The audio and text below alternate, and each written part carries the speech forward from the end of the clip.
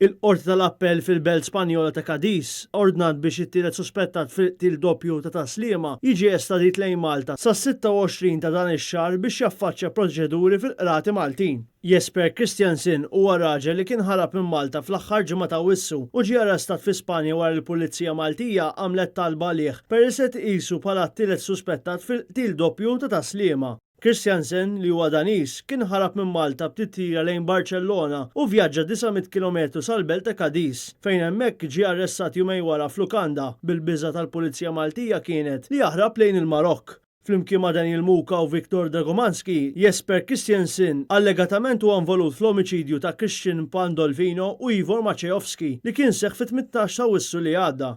Intant fil-qorti it-tliet ikomplet il-kumpilazzjoni kontra Dragomanski fejn sar magħruf kif ġew sparati 5 tiri fatali mill-viċin lejn Christian Pandolfino filwaqt li Maciejowski inqatel ftit tal-ħin wara b'tir wieħed f'rasu minn distanza aktar imbeda. Fix-xhieda tat-tabib Mario Scerri u qal li ftit kien hemm distanza mill-bib ta' barra li fuqu instabu numru ta' grif għalfejn kien Pandolfino b'tiri f'xufteħ, onqu, qalbu, sidru u l-istonku. Bil-katavru jinstab mal-ġemb mal-art fadira dem filwaqt li instabu numru ta' balan fuq il-nemin tiegħu u oħrajn instabu fit-taraċ. L-avukat Joe Giglio li qed jidher bħala parti ċivili fil-każ staqsa fuq id-distanza bejn il-vittma u l-aggressur b'xerri jgħid li t-tieri ġew sparati mill-viċin iżda mhux b'kuntatt dirett għax kieku kienu jikkawżaw splużjoni. Qal li fil-każ ta' Maciejowski id-distanza kienet itwal kif tixed il-ferita tiegħu. Intant, il-Maġistrat Joe Mifsud qal li ġie miċħud rikors imressaq minn sit il-Volkswagen Tiguan biex il-karozza li nsterqet sentejn ilu u li ġiet użata mill-qattiela tiġi rilaxxata.